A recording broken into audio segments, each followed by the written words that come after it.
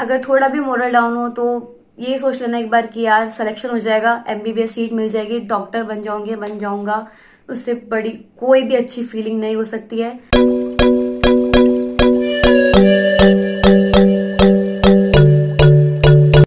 Hello everyone, welcome back to my YouTube channel shades of AIIMS. I Lucky Bansal, MBBS second year student, AIIMS Kalyani. क्या हुआ, डर लग रहा है कि नीट के लिए सिर्फ 4 महीने रह गए हैं, कैसे अब बच्ची प्रिपरेशन करें, कौन से क्वेश्चंस, किस टाइप के क्वेश्चंस और कहाँ से प्रैक्टिस करें। तो आपकी इस टेंशन को दूर करने के लिए मैं एक छोटा सा शेड्यूल बताना चाहती हूँ, जो मैंने भी किया था कि कहाँ से प्रैक्टिस करनी है, किस टाइप के क्वेश्चन की प्रैक्टिस करनी है। तो वो सब मैं आपको आगे इस वीडियो में बताने वाली हूँ। तो उसके लिए आप प्लीज वीडियो को एंड तक जरूर देखिए, क्योंकि एक अच्छी मेडिकल सीट लेने के लिए आपको 650 प्लस तो स्कोर करना ही पड़ेगा। पूरे पेपर में सिर्फ 4 या 5 क्वेश्चन ऐसे होंगे जो आउट ऑफ एनसीईआरटी होंगे। तो बहुत सारे बच्चे अभी उन 4-5 क्वेश्चन के पीछे भाग रहे कि हाँ वो कहाँ से आएंगे, किस बुक से आएंगे। तो उनको छोड़ के बाकी के जो क्वेश्चंस हैं हमारे पास, हम उसकी प्रैक्टिस एनसीईआरटी से कैसे कर सकते हैं और उसमें हम कितना अच्छा स्कोर कर सकते हैं, हमारा ध्यान उस चीज पर होना चाहिए। मैं एक बात स्टार्टिंग में बोलना चाहूंगी कि हाँ, बहुत सारे कोचिंग इंस्टीट्यूट्स होंगे जिनका सिलेबस हो चुका है, बहुत सारे ऐसे भी होंगे ऑनलाइन प्लेटफॉर्म या कोचिंग्स वगैरह जिनका अभी तक आधा सिलेबस भी नहीं हुआ है, फिर वो मार्च तक सिलेबस कंप्लीट होगा।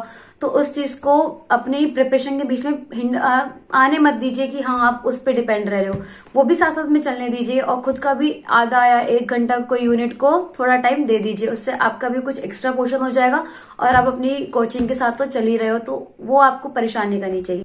तो अब लास्ट के 4 महीनों में हमारी स्ट्रेटेजी ये होनी चाहिए कि मैक्सिमम क्वेश्चन प्रैक्टिस करें, जितना पहले करें तो उससे ज्यादा करें और टेस्ट सीरीज को भी फॉलो करें और जितना हो सके उतने ज्यादा क्वेश्चन पेपर प्रैक्टिस करें। तो उसके लिए हम कहाँ से कर सकते हैं, कैसे करें। तो जैसा कि मैंने आप लोगों को बोला था कि आपको previous years test series NCERT के क्वेश्चंस की प्रैक्टिस करनी है, तो वो सब मटेरियल आपको कहाँ मिलेगा। तो इसी के लिए मैं बहुत ही अच्छा फीचर, बहुत ही अच्छा ऐप आप सबके लिए लेकर आई हूँ, मेमो नीट ऐप, जो आप सबको यही सारे फीचर्स अफोर्डेबल प्राइस में और अमेजिंग क्वालिटी में प्रोवाइड करते हैं, जिसके अंदर सिर्फ एनसीईआरटी बेस्ड क्वेश्चंस की प्रैक्टिस होती है। सबसे पहले हम देखते हैं बायोलॉजी के अंदर हमें line by line NCERT MCQs questions मिलते हैं। Drag and drop concept method होता है। अगर आपका कोई क्वेश्चन गलत हो गया तो आपको उसमें सही आंसर के साथ उसका सही आंसर का रीजन क्या है वो भी बताया जाता है। एजर्शन रीजंस क्वेश्चंस भी होते हैं और जम्बल्ड वर्ड्स से आप आइडेंटिफाई कर सको कौन सा सही है गलत, वो मेथड भी होता है। फिजिक्स और केमिस्ट्री की प्रॉपर फॉर्मूला शीट आपको मिलेगी, उसके बेस आप क्वेश्चन प्रैक्टिस भी कर सकते हैं। केमिस्ट्री में ऑर्गेनिक नेम रिएक्शन, उसके बेस भी आप क्वेश्चन उसके अंदर कर सकते हैं।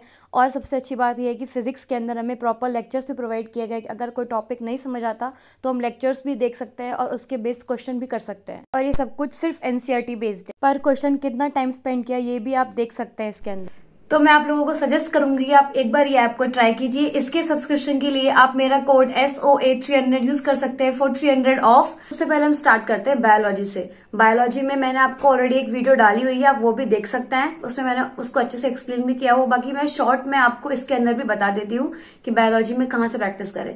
बायोलॉजी में पहला जो मेन चीज है एनसीईआरटी को बिल्कुल भी ना छोड़े, अब उसकी रीडिंग को और ज्यादा बढ़ा दे। उसके जितने भी टेस्ट पेपर आप सॉल्व करते हैं जो एनसीईआरटी बेस्ड होते हैं, उसको बार बार देखें। जो क्वेश्चन आपसे गलती हुई है उनको फिर से एक बार रिपीट करके सॉल्व करके देखें। एनसीईआरटी के अंदर उसकी समरी वाला पार्ट, इंट्रोडक्शन वाला पार्ट, डायग्राम्स और उसके कुछ इंपॉर्टेंट इमेजेस होती है उसके अंदर, वो सब अच्छे से देख ले और रीड कर ले, क्योंकि उससे भी डायरेक्ट क्वेश्चंस आते हैं एनसीईआरटी के अंदर। क्योंकि बायोलॉजी एनसीईआरटी से बाहर जाते ही नहीं है, मुश्किल से 2 क्वेश्चन होंगे जो एनसीईआरटी से बाहर जाएंगे। अब हम अगली बात करते हैं केमिस्ट्री के बारे में कि हम केमिस्ट्री को कहाँ से प्रैक्टिस करें मैक्सिमम।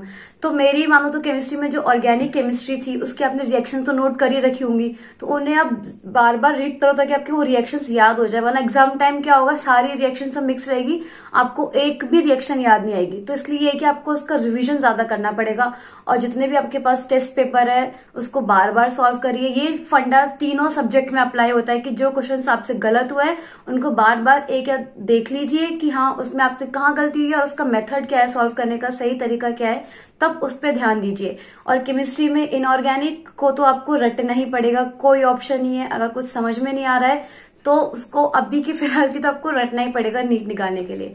और बची हमारी physical chemistry, formula based questions आते हैं, 1 या 2 क्वेश्चन होंगे जो फॉर्मूला बेस्ड नहीं होंगे, तो आप फॉर्मूलाज को भी अच्छे से लिखकर याद करिए। और प्लीज किसी भी एक्स्ट्रा बुक की तरफ मत भागिए। अब कोई भी सेंस नहीं है किसी बुक की तरफ भागने का, क्योंकि अब लास्ट के 4 मंथ हमारी स्ट्रेटेजी होनी चाहिए कि हम एनसीईआरटी को रीड करते जाएं, उसके बेस्ड क्वेश्चन करते जाएं, जितने भी टेस्ट पेपर है सारे सॉल्व करें, 3 घंटे की सिटिंग ले। अब हम बात करते हैं फिजिक्स की, फिजिक्स में कैसे पढ़ाई करनी है और कहाँ से करनी है, क्योंकि मैक्सिमम बच्चों की टेंशन फिजिक्स ही होती है कि बहुत कम होंगे जिन्हें फिजिक्स पसंद होती है। तो फिजिक्स में मेरे हिसाब से एनसीईआरटी का इनसाइड वाला जो पार्ट है चैप्टर वाला, वो पढ़ने का कोई मतलब नहीं है।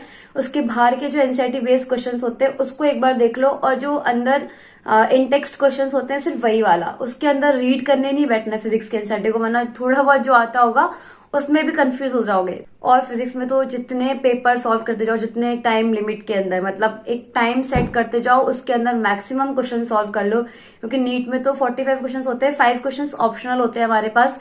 तो इसलिए 1 घंटे का टाइम फिजिक्स को लेके चलो कि मुझे 1 घंटे में 60 क्वेश्चंस तो प्रैक्टिस करनी है। फिजिक्स में स्पीड और एक्यूरेसी बहुत ज्यादा मैटर करती है। आप किसी क्वेश्चन को 5 मिनट इतना टाइम नहीं दे सकते हो, हर क्वेश्चन को मैक्सिमम 1 मिनट या फिर 2 मिनट ही आप अलॉट कर सकते हो करने के लिए। अगर किसी के टेस्ट सीरीज में अगर फिजिक्स में अच्छा स्कोर नहीं आ रहा हो तो प्लीज होपलेस मत होइए।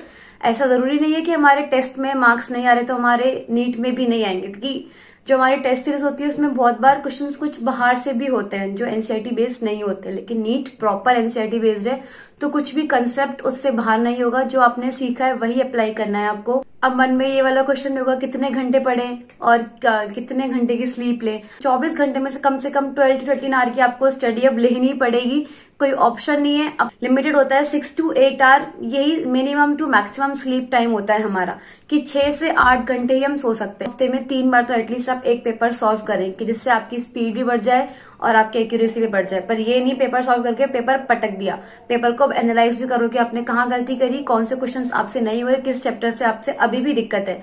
तो अभी भी आपके पास टाइम है कि आप उन चैप्टर्स को थोड़ा इंप्रूव कर सकते हो, और हो सके तो डेली 15 मिनट 20 मिनट एक्स्ट्रा बढ़ाते चलो, कि हाँ आपका थोड़ा टाइम भी उससे मैनेज हो जाएगा। एकदम से 1 घंटे बढ़ाते हैं तो हो नहीं पाता। और किसी भी सब्जेक्ट को लाइटली नहीं लेना है कि ये तो हो जाएगा बाद में देख लेंगे, ऐसा नहीं, सबको इक्वली टाइम देते हो चलो। हाँ मतलब किसी को जैसे फिजिक्स को 1 आवर एक्स्ट्रा दे दिया, उस तरह से आप देख सकते हो अपने हिसाब से, लेकिन ये नहीं किसी एक सब्जेक्ट को पूरा ही इग्नोर कर दिया, वैसा बिल्कुल नहीं करना है। और प्रीवियस ईयर क्वेश्चंस को देखना तो बिल्कुल मत भूलिएगा कि उस पैटर्न पे क्वेश्चंस आते हैं, उसी में से कुछ क्वेश्चंस रिपीट भी हो जाते हैं 4-5 क्वेश्चन, लेकिन पैटर्न ऑलमोस्ट सेम ही रहता है, 95% पैटर्न सेम रहता है।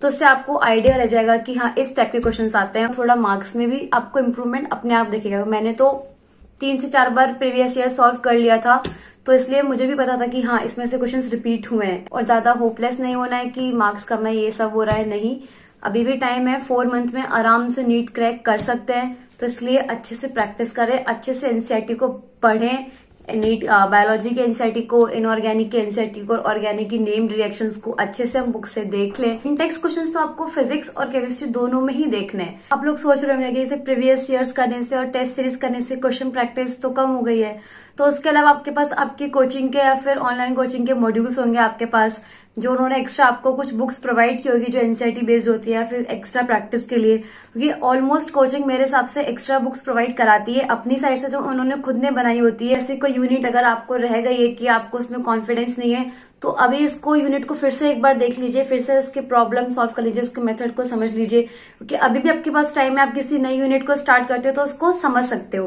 लेकिन लास्ट मंथ आप ये चीज नहीं कर सकते। तो मेरी तरफ से ये कुछ शेड्यूल है जो आप फॉलो कर सकते हो, और जो कहाँ से प्रैक्टिस कर सकते हो मैंने थोड़ा आइडिया दे दिया है रफली। बाकी आपके शेड्यूल पे और आप पे डिपेंड करता है आप उसको किस तरह से मैनेज कर रहे हो, कैसे फॉलो कर रहे हो, क्योंकि शेड्यूल को ब्रेक मत होने देना, बस उसी पैटर्न पे चलना। Thank you so much guys for watching this video, and don't forget to like, share and subscribe Shades of Ames.